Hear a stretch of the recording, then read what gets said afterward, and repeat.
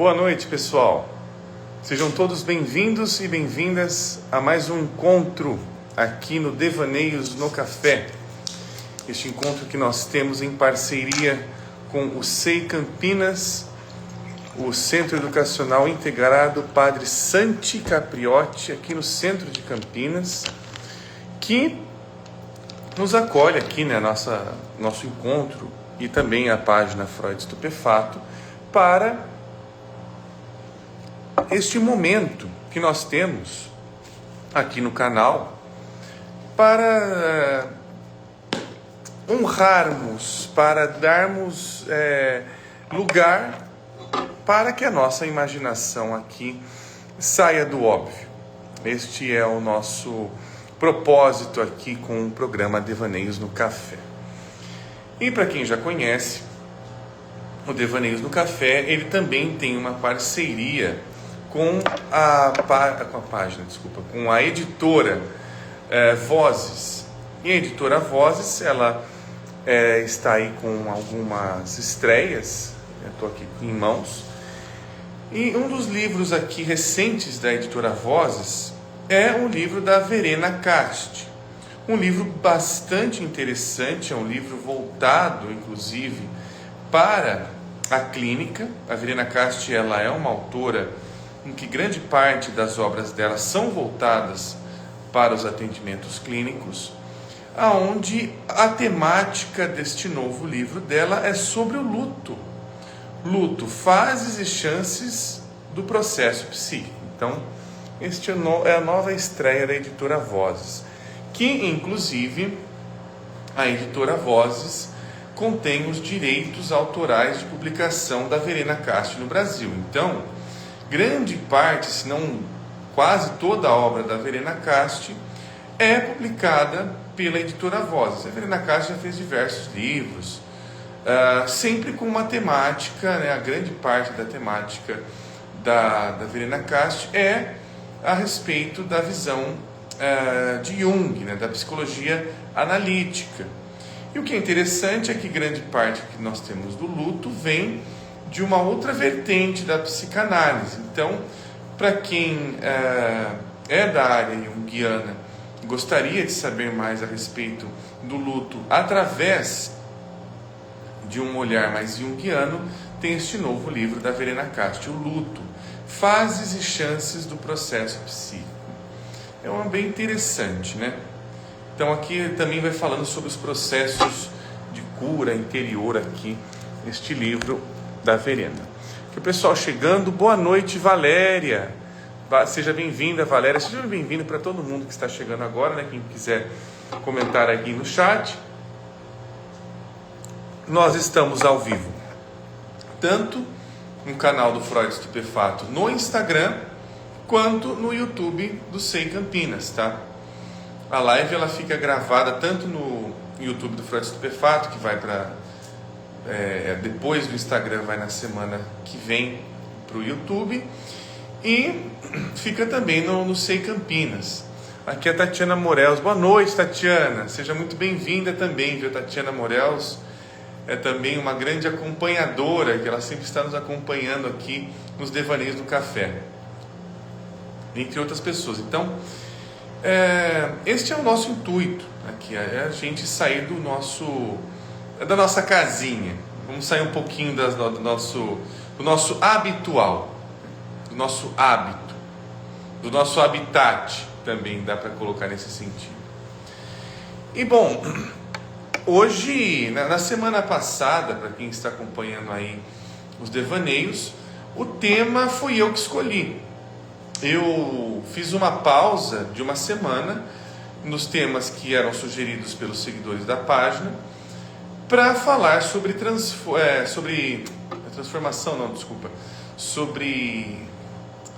tradicionalismo e o voo. Foi um tema que trabalhamos ali. Não trabalhamos não, nem imaginamos. Nós estamos num lugar de trabalho aqui, que é um lugar de uma outra perspectiva. Mas hoje nós voltamos então com as sugestões dos temas dos seguidores da página. E para quem não acompanha, tá? os temas eles são lançados nas segundas, nos stories da página do Freud Estupefato, e na terça-feira os temas vão para votação, e na quarta sai o resultado. Eu sei que eu publiquei o resultado faltando 1h30 para acabar a votação, e aí tiveram alguns votos para os outros temas, mas o tema que eu tinha colocado lá, ele continuou sendo o mais votado, tá? Então o nosso tema de hoje, que foi sugerido e foi o mais votado, e foi inclusive, tá, uma curiosidade, teve uma boa participação de pessoas aí votando dessa última vez. E esse foi um dos temas com maior número de votos. Não foi o mais votado, mas com o maior número de votos. Então tiveram muitas sugestões ali de temas, inclusive também. Então a gente recomeçou na verdade com os temas sugeridos, e este foi um tema que teve aí uma grande quantidade de votos. E o tema de hoje vai se tratar sobre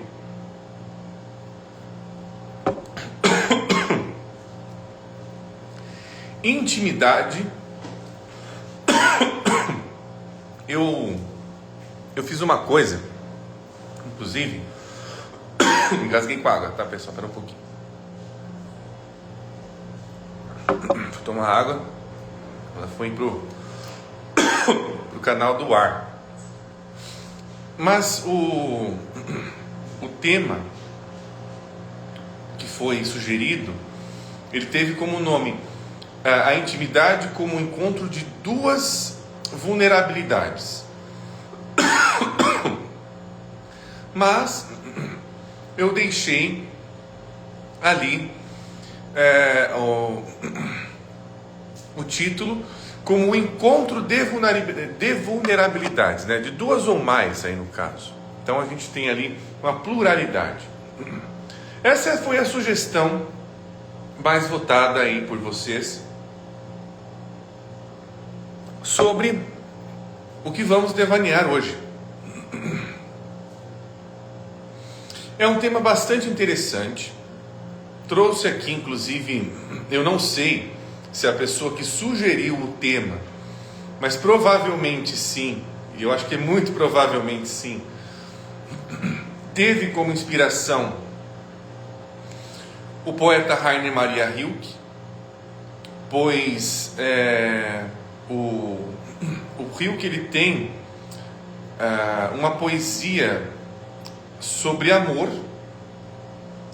aonde o início desta poesia ele cita ali, né, como hei de segurar a minha alma para que não toque na tua. E ali fala sobre intimidade.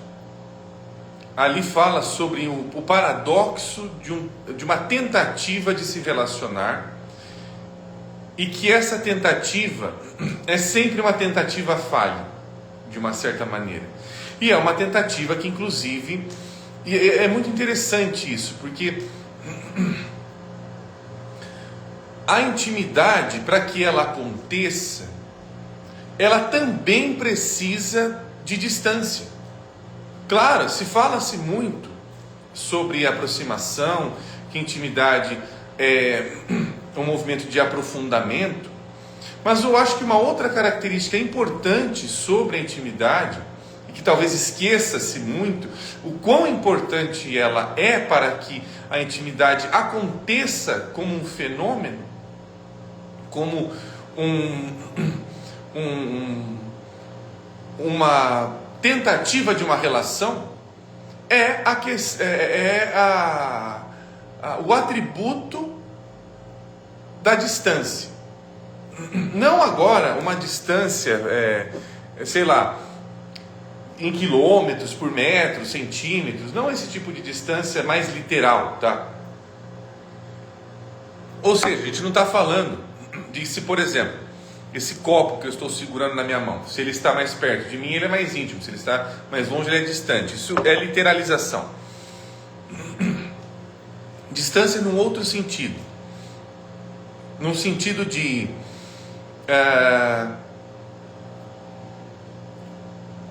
existe um metron, uma medida que ela não é mensurável, mas que ela propicia para que algo se apareça melhor, se manifeste melhor.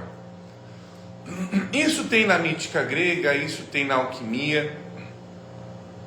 Ou seja, isso é algo importante para a imaginação. Ou seja, sempre que eu estou falando aqui nas lives que algo aparece na alquimia, na mitologia, é uma maneira de dizer que aquilo é algo importante a ser imaginado. Aquilo é algo imprescindível. Inclusive, é algo misterioso. A intimidade nos é um grande mistério. É um mistério das relações humanas. Então a gente pode se perguntar: o que é necessário, o que é preciso para que a intimidade ela aconteça? Eu achei muito interessante a proposta da live ser de pontuar a vulnerabilidade. Por quê? Porque a gente fez uma live recente falando sobre qual que era, eu não lembro a temática exatamente agora, mas sobre o fora. Se alguém lembrar, que estiver aí na live, se puder conseguir lembrar para mim, mas é sobre alguma coisa que estava fora. E aí a gente falou um pouco sobre essa questão da casa e da rua, do dentro e do fora.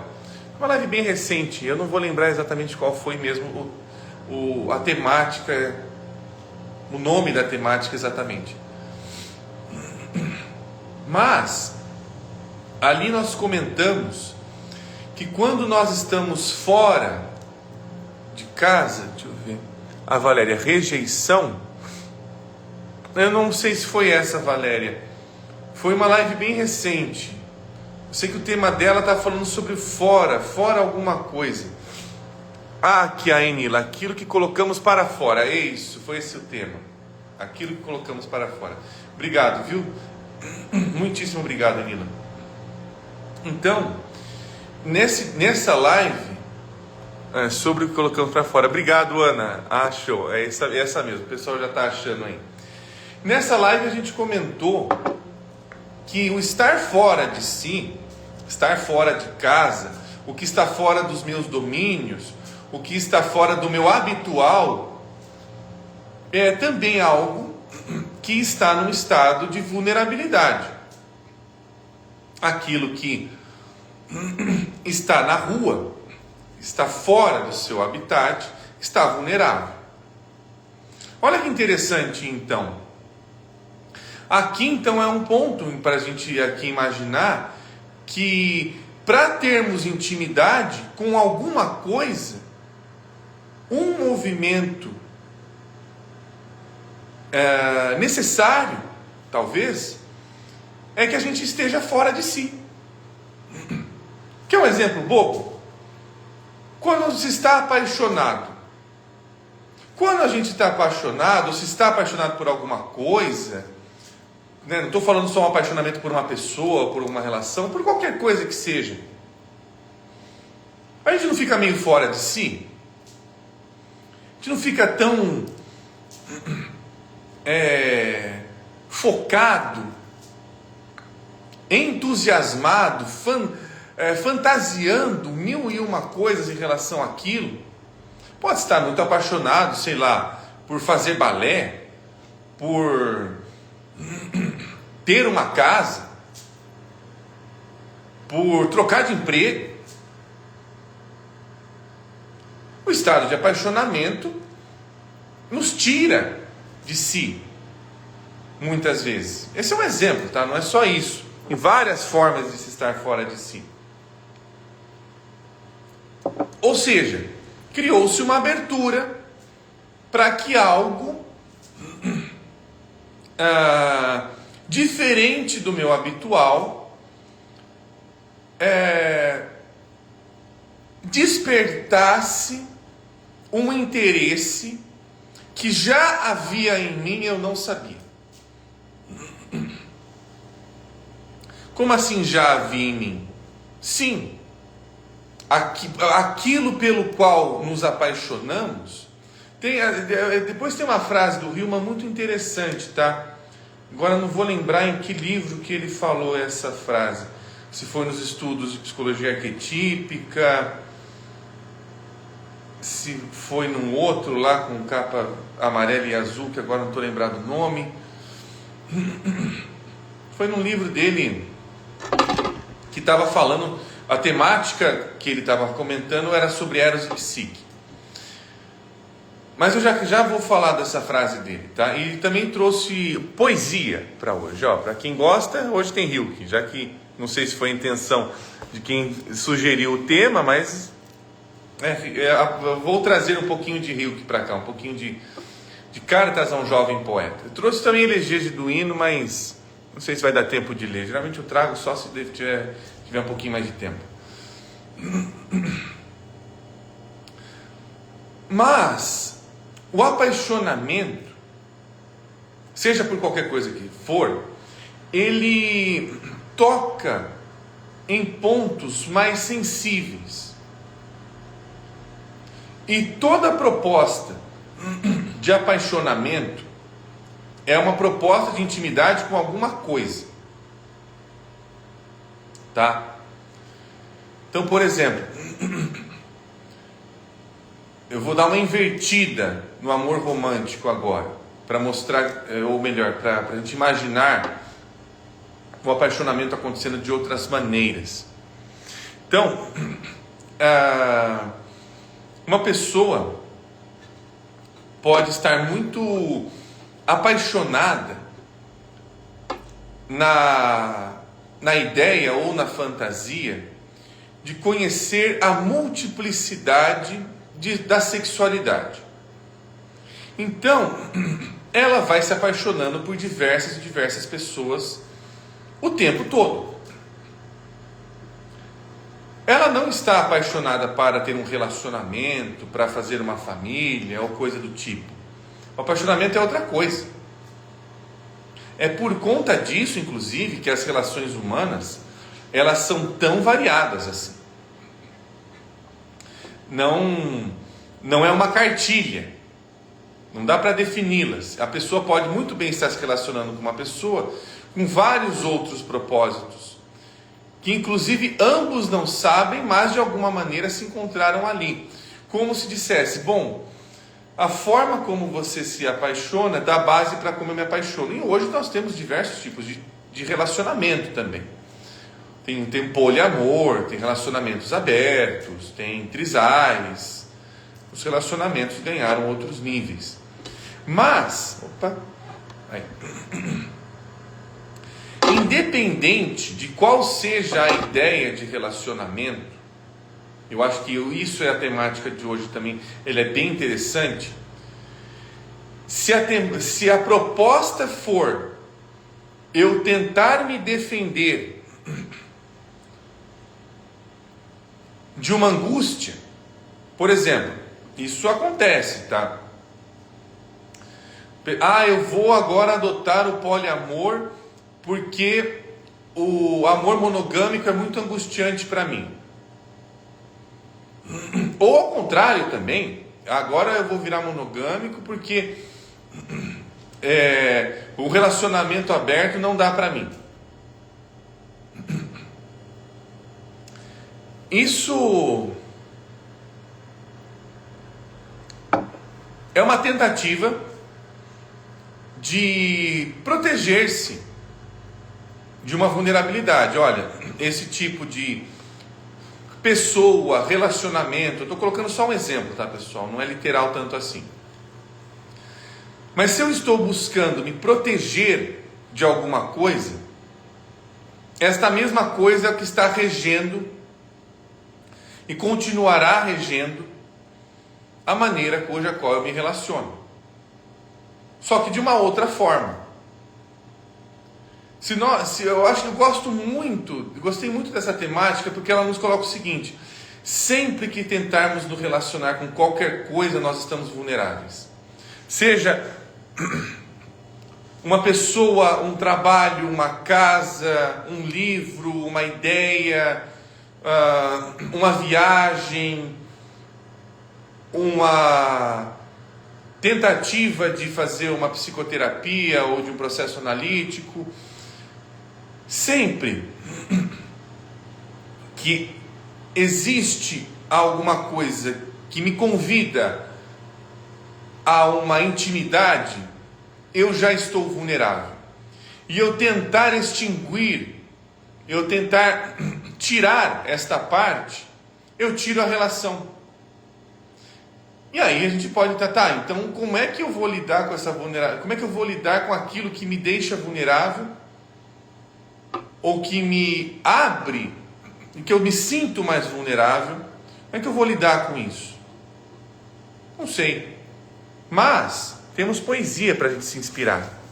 Então a gente chega agora no Rilke. Um poeta, um dos poetas, né? Mas para mim a obra do Rilke inteira tem como temática central de todas as coisas que são ditas, de toda a pluralidade que o Rilke tem, mas ele para mim é o poeta da intimidade. Tudo que ele se propõe a falar, tudo, você está falando de anjo, de árvore, de amor, de escrever, de trabalho, tudo que ele se propõe a falar, ele busca falar com intimidade.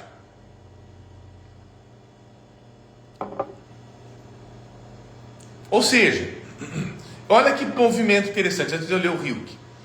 A busca por intimidade não é uma busca por conhecimento, por acúmulo de conhecimento, por conteúdo. Eu vou ter conteúdo, eu gosto de ter... A busca por intimidade é uma busca por profundidade, seja lá qual for o tema, seja lá no que for. Isso é muito mais interessante. Até porque nós estamos numa era onde nossa intimidade, ela sofre diversas propostas, ela recebe diversas propostas para que ela tenha menos espaço, não aconteça tanto. Então, nós vemos ali o como majoritariamente grande parte das escolhas que nós fazemos no nosso cotidiano, uma grande parte que eu estou falando é mais de 80%, é quase majoritário mesmo. Nós não fazemos escolhas, nós não estamos preocupados, por exemplo, eu vou escolher isso daqui, porque isso daqui me inspira, porque isso daqui tem uma beleza cuja qual eu quero conhecê-la mais. A nossa pergunta principal, achando que está indo para a intimidade, mas não está, o que isso me serve? Qual é a utilidade disso? O que eu ganho com isso? São propostas que eu estou enxergando a coisa como algo vazio, destituído de qualidades, que quem vai dar a qualidade e quem vai dar o valor disso sou eu. Ou seja, o mundo, as coisas que existem e que habitam no mundo não têm alma. Eu tenho alma e eu que vou dizer qual que é o valor das coisas. Nós entramos numa característica do subjetivismo. O subjetivismo é quando eu estou dando o meu valor para a coisa e não recebendo um valor da coisa em si. E até se essa coisa quer me dar o seu valor, vai que ela não quer, vai que ela não está afim, pelo seja qual for o motivo. Então, sim, a vulnerabilidade, ela é algo imprescindível para o nosso ego. Um ego que sempre está muito bem defendido, pouco se relaciona, ou sempre se relaciona com qualquer coisa da mesma forma. Ou seja, muda um monte de coisa na sua vida para viver a mesma coisa, para chegar no mesmo lugar. Porque a ideia é a mesma. A centralidade da ideia é a mesma. O guia, o norteador é o mesmo. Então a pessoa pode mudar de país, pode mudar de relação, pode mudar de família, de carro, seja do que for, ela vai continuar tendo os mesmos tipos de relações. Suas ideias nunca foram contestadas, nunca. Inclusive a gente vive personagens dentro da nossa cultura que demonstram, de uma certa maneira, que a nossa vulnerabilidade tem que ser vencida. Claro que tem diversas facetas, né, dos heróis que estão apresentados aí nos cinemas, nos quadrinhos, nas séries de streamings, mas o ponto interessante aqui é o seguinte, que é vou colocar de uma maneira mais mítica.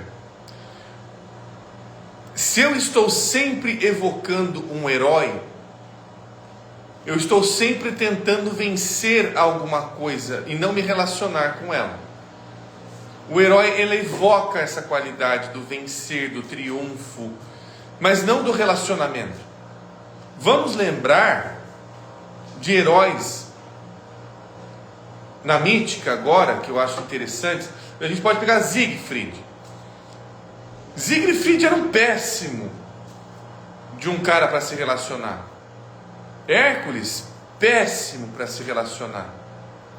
Horrível.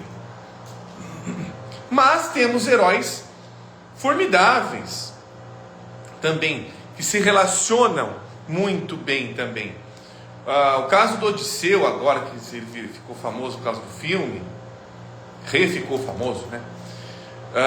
Ulisses, né? O Odisseu, Ulisses. Mas dentro da mítica grega tem outros exemplos péssimos de heróis que se relacionam também.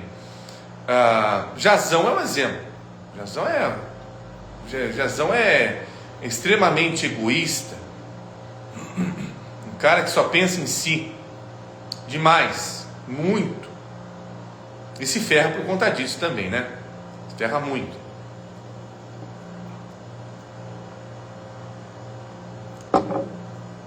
E aí tá.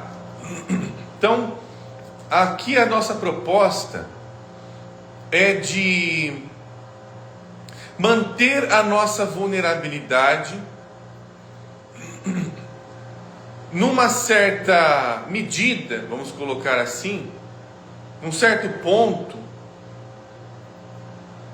em que ela propicie e possibilite o acontecer de uma intimidade. E aí a gente entra no Rilke agora. A gente pode conversar com o Rilke como um poeta da intimidade, né? Eu peguei aqui um trecho deste novo livro do Rilke, que compila na edição aqui, ó, esse aqui da editora Planeta, é o Cartas a um Jovem Poeta da editora Planeta. Essa capa meio acinzentada, com título preto e com o nome dos autores aqui em cima dele em vermelho. Por que eu estou citando isso? porque grande parte das obras o Cartas ao Jovem Poeta é um livro muito editado no Brasil. Tem pela editora Globo, se não me engano tem pela Record, tem várias e várias editoras que publicaram este livro. Mas este aqui, ele é uma obra porque grande parte do Cartas ao Jovem Poeta era só a resposta do Rilke ao Franz Capus. Esse aqui tem a carta do Franz Capus e a resposta do Rilke. Tem a conversa inteira aqui. Antes tinha metade da conversa, agora tem a conversa inteira.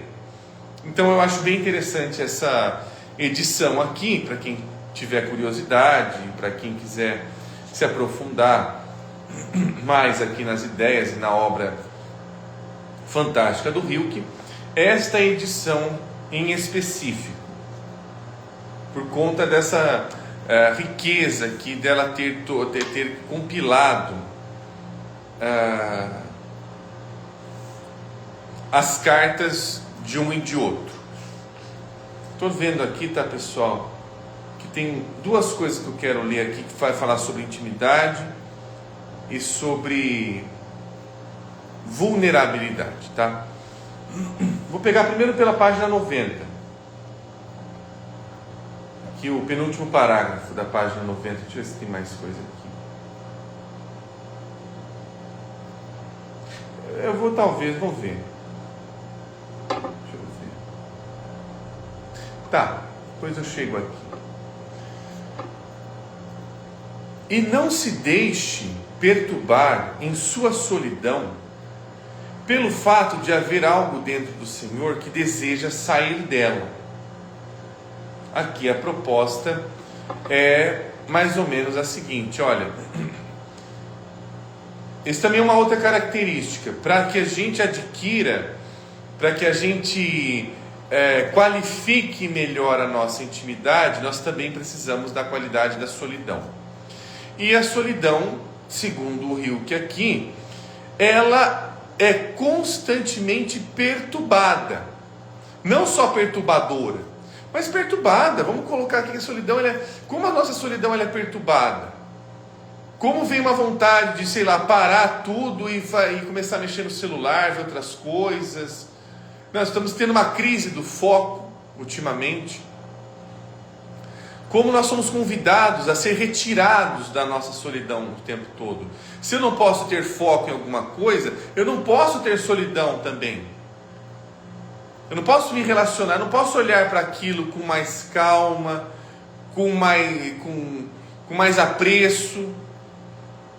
Se eu estiver olhando para alguma coisa, esperando uma resposta, talvez isso seja mais difícil de se relacionar, ainda mais com algo que eu não sei o que é. Justamente essa vontade, de algo que irrompe, de sair da solidão, se o Senhor usá-la de forma calma e soberana, como uma ferramenta, lhe ajudará a expandir sua solidão por vastas paragens. As pessoas, com auxílios de convenções, têm solucionado tudo pelo lado mais fácil, e ainda pelo lado mais fácil do fácil. Mas parece claro que devemos nos ater ao difícil. Tudo que é vivo se atém a isso. Tudo na natureza cresce e se defende à sua maneira. E é algo próprio a partir de si. Tenta sê-lo a todo custo e contra toda a resistência. É uma opus contra a natura. Mas sabemos pouco. Porém, o fato de termos que nos manter do lado difícil é uma certeza que não nos abandonará. Como é bom ser solitário, pois a solidão é difícil. O fato de algo ser difícil deve ser uma razão a mais para fazê-lo. Isso daqui é um tapa na nossa cara. E eu adoro esses tapas que ele dá. Aquilo que é mais difícil é uma razão a mais para fazermos.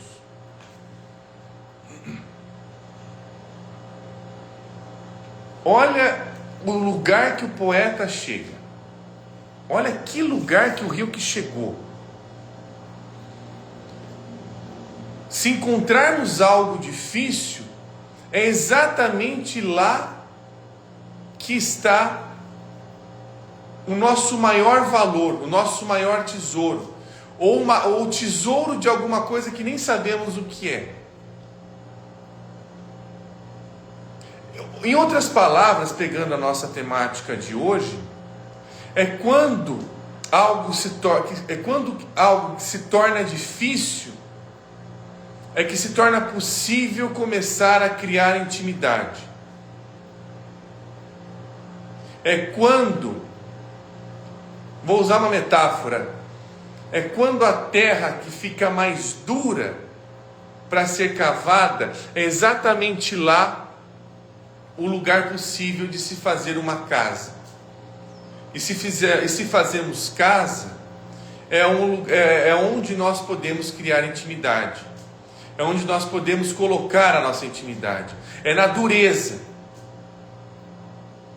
Só podemos, ou melhor, não é que só podemos, mas onde se cria melhor a intimidade é na dureza. E é claro que isso vai nos apresentar as nossas vulnerabilidades. Mas exatamente é esse lugar que é possível de se morar. Claro que eu estou falando isso em termos de imagens, tá? E não em termos literais. Tem que se tomar cuidado com aí, porque então meu relacionamento é difícil, então é porque eu tenho que continuar nele. Não é sobre isso. Pelo amor de Deus, não vai falar que eu falei um negócio desse. Que aí, hoje em dia, todo mundo pega um recorte da internet e vai entender a seu bel prazer. Isso aqui é uma imagem, aqui é uma metáfora. Essa dureza, esse difícil, não é um difícil de aguentar o outro, né? Se outra pessoa e outra coisa nesse sentido. É a dureza que eu encontro em mim. É a dureza que eu encontro nas minhas ideias. Quando eu não consigo largar delas. Quando eu não consigo me despedir, despojar delas. Ou quando ela toma um lugar tão importante que parece que ela dificulta para que outras coisas surjam, mas é exatamente sobre ela que as nossas vulnerabilidades aparecem e que podem ter residência, que podem ter moradia. Ou seja, em outras palavras, a gente, por exemplo, ninguém vai para a terapia para deixar para um elefante virar cavalo. Mas alguém vai para a terapia para se tornar o melhor elefante sobre si mesmo. Não vai para se tornar outra coisa. Não vai para tirar a temática importante da sua vida e colocar outra temática. Não, essa temática é fundamental. Ela é fundamento. É no fundamental que pode residir as nossas intimidades. E aqui temos comentários. Deixa eu ver aqui. A Valéria.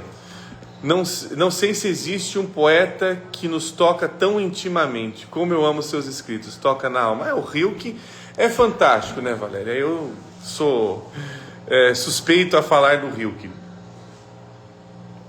Porque o Rilke, toda a obra dele,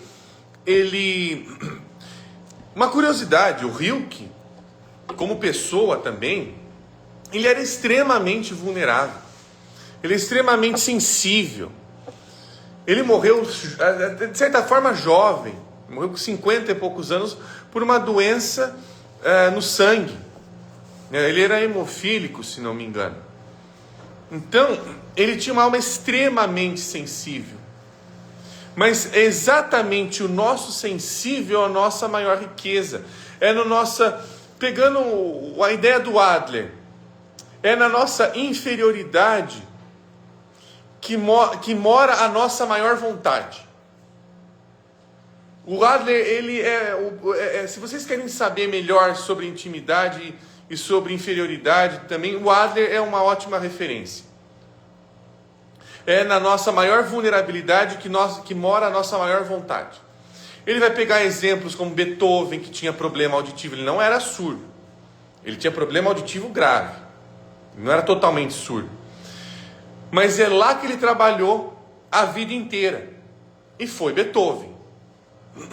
Vai colocar também Marilyn Monroe, que tinha um problema muito grande em relação à autoestima. E olha a atriz que ela foi. E por aí vai, né? Olha que interessante esse ponto que chegamos hoje aqui. Silvinha Ramos. Só para quem é íntimo, a gente revela as nossas fraquezas e vulnerabilidades? Ou até melhor, tá, Silvinha? É quando nossas vulnerabilidades estão acontecendo que há uma possibilidade de se criar intimidade. É uma possibilidade, não é uma certeza. Não é uma garantia de que ela vá acontecer, tá? Ela pode muito bem ser negada, ela pode muito bem ser contestada, ela muito bem pode mudar, pode se mudar de ideia, tá? Então tem isso também. Deixa eu ver se tem mais comentários. Se sente confortável em revelar, quero dizer. Sim, mas olha só, isso acontece na clínica também, tá, Silvinha? Olha só, isso é batata. Não estou falando nada que nenhum psicólogo ou psicanalista não saiba. Mas quando, por exemplo, a gente vai lá, conquista a confiança da pessoa para que ela comece a se abrir, né? Esse se abrir, é óbvio que ela está se abrindo, ela vai ficar vulnerável. E óbvio que também a clínica, a análise, ela é um lugar onde a pessoa pode ressaltar muito mais as suas defesas, dependendo de como ela é tratada. Mas se de alguma maneira alguma coisa acontece e a pessoa sente-se à vontade em mostrar a sua vulnerabilidade e de uma certa forma ela é bem recebida, e bem recebida não quer dizer que eu vou aceitar de qualquer forma, tá? A pessoa às vezes fala alguma coisa, eu aceitei incondicionalmente, né? Tem as propostas humanistas que falam da aceitação incondicional. Eu não acredito muito em aceitação incondicional, tá? Eu contesto um pouco essa ideia. Acho que toda aceitação é condicional, tem uma condição para ela acontecer. Independente, eu não tiro o meu da reta. Eu quero ganhar alguma coisa disso aqui.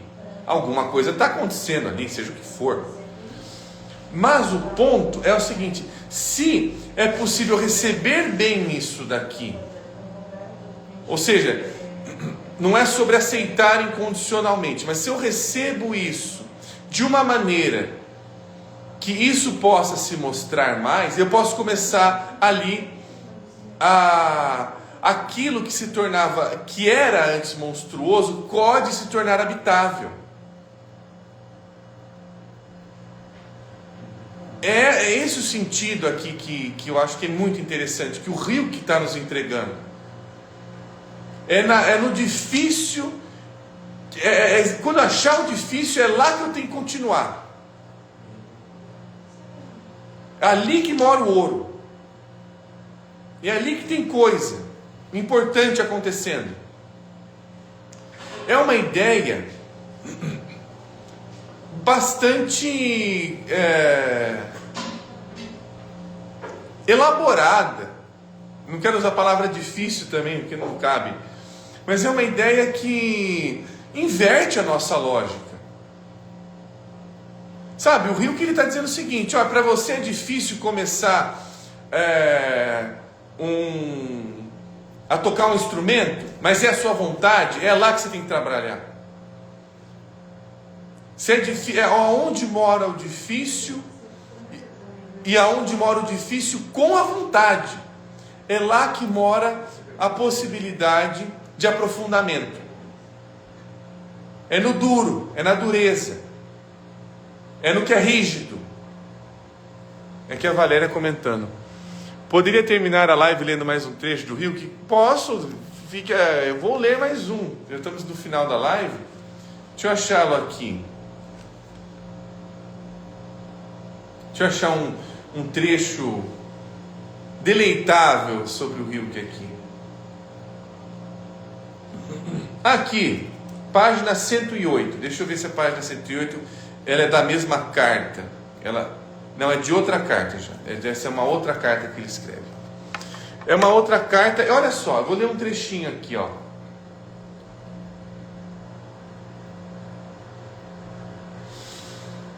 Então, o Senhor, caro Senhor Capos, não deve se assustar quando uma tristeza se erguer diante do Senhor, grande como o Senhor nunca viu, quando uma inquietação, como luz e sombra de nuvens, passar sobre suas mãos e todo o seu fazer.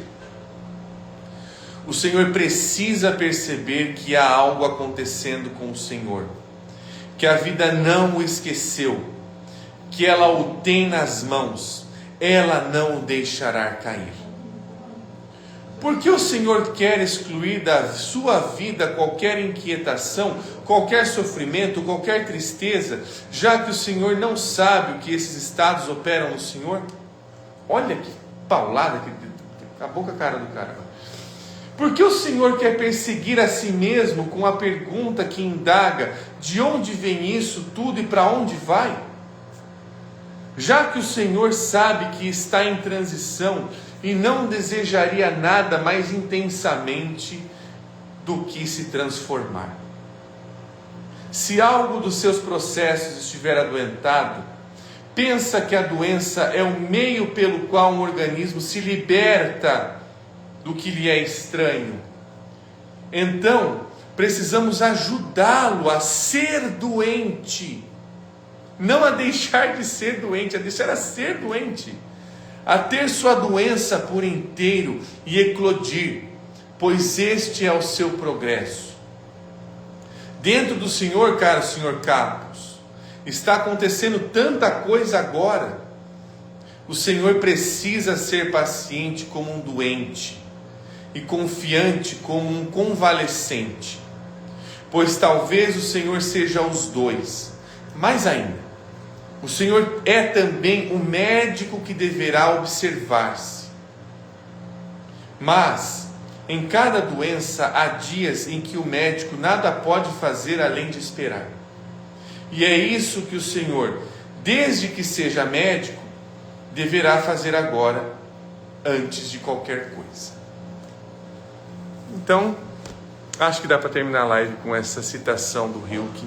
Acho que ela fecha com chave de diamante, de ouro, sei lá, o tamanho da preciosidade que o Hilke nos traz em relação a isso, né, pessoal? Bom, agradeço muitíssimo a participação e a colaboração de todos vocês. A Valéria aqui, que live fantástica. Eu que agradeço, viu, Valéria? É um tema que eu já tenho um apreço muito grande por esse tema da intimidade.